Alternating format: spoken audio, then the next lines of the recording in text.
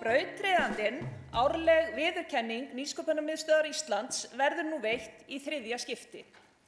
Í íslenskri orðabók segir að brautryðjandi merki frumherja, forkólf, þann sem ryðji brautina eða vinni brautryðjandastarf. Táknmynd viðurkenningarinnar sem hér veitt í formi listaverks eftir Eddu Heiðrúnu Bachmann. Sá einstaklingur sem hlýtur þessa viðurkenningu nú vann á árum áðurum sem blaðafulltrúi, kenndi við MR og MH og síðar við Háskóla Íslands. Í mörg sumur vann þessi einstaklingur hjá Ferðaskrifstofu ríkisins og segja má að hann hafi verið frumkvöðull að því sem síðar var kallað menningatengd ferðaþjónusta og vann kynningarefni land og þjóð. Þessi manneskja var einnig leikhússtjóri Leikfélags Reykjavíkur en síðast en ekki síst var hún kjörin forseti Íslands árið 1980. Hér að sjálfsögðu að ræða frú Vigdísi Finnbogadóttur. Athygli vakti gjörvallan heim þegar kona var í fyrsta sinn kjörin leiðtogi þjóðar sinnar í lýðræðislegri kosningu og óhætt að segja að sögulegt kjör Vigdísar Finnbogadóttur og farsælt starf hennar jafnt heima sem að heiman hafi reynst ein besta landkynning sem íslenska þjóðin hefur fengið. Vigdís heillaði ekki bara landa sína í hlutverki forseta, heldur einnig heimsbyggðina leið með framkomu sinni, hlýju viðmóti og snjöllum orðum. Landgræðsla, skógrækt og náttúruvernd eru Vigdísi afar hugleikin og hefur hún veitt þessum málefnum ómetanlegan stuðning. Hún hefur vakið athygli á uppeldislegu gildi þess að kenna börnum ræktun og að vernda náttúruna. Í forsetatíð sinni lagði Vigdís mikla áherslu á að græða upp landið og hún hefur líkt jarðyrkju við uppeldi barna og sagt að ræktun landsins sé nátengd mannyrkju. Vigdís hefur ekki setið auðum höndum eftir að hún lét af embætti forseta Íslands árið 1996. Hún hefur unnið ötullega að því að styrkja tungumál, rannsóknir og menningu heima fyrir og á alþjóðavettvangi og hefur stofnun Vigdísar Finnbogadóttur í erlendum tungumálum notið mikilvægrar liðveislu hennar í uppbyggingarstarfinu.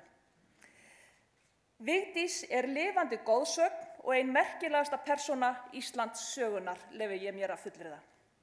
Það okkur sannur heiður að fá brautryðjandann 2015 frú Vigdísi Finnbogadóttur til að koma hingað á svið og taka á móti viðurkenningunni.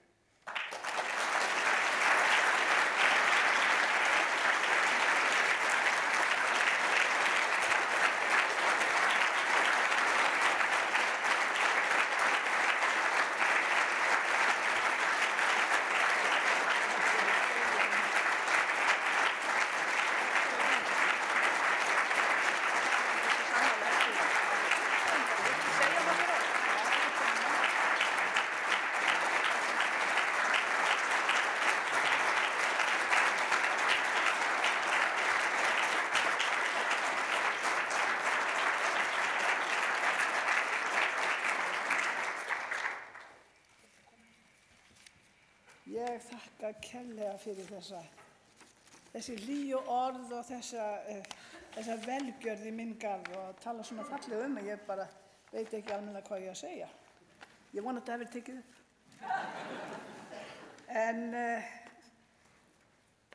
það mér afskaplega dýrmætt að hafa fengið þessa viðurkenningu og að fá að heyra þessi fallegu orð. Og einkum og sér í lagi þegar verið að vegsama ljósið sem okkur öllum svo mikilvægt. Þetta langur æviferill. Dóttir mín svo leið að því að ég segi ég 4 sinnum 20 pluss 1, 2, 3, bráðum 5. Svo nú ég farin að segja ef ég spurð hvert gömul góða, ég 100 mínus 15. Miklu þægilegast. En ég dáist að þessari samkomu. Þetta eins og á þessum morgni eins og að sitja í opnum háskóla. Ég aðkomumanneskja í þessari merkilegu stofnun sem hér verið að halda ársfund fyrir og við sem erum utanaðkomandi lærum alveg gríðarlega mikið á því að sitja á svona fundi. Og ég þakka öllum sem hafa tekið til máls og verið að kenna mér á þessu morgni Þannig að ég get talað með þessu verkefni án þess að vera til skammar. Og ekki þakka ég síst Vestmannaeyingum sem að mundi mig frá því að var unglingur. Ég óska ykkur velfarnaðar og allsins besta í framtíð og megi okkar vegur lifa sem lengst. Og það vil ég segja okkur öllum og sérstaklega skjaldmeyjum Íslands sem hér eru staddar. Þið skulu fletta upp heilanum. Heila karla og kvenna, það er þetta að googla það.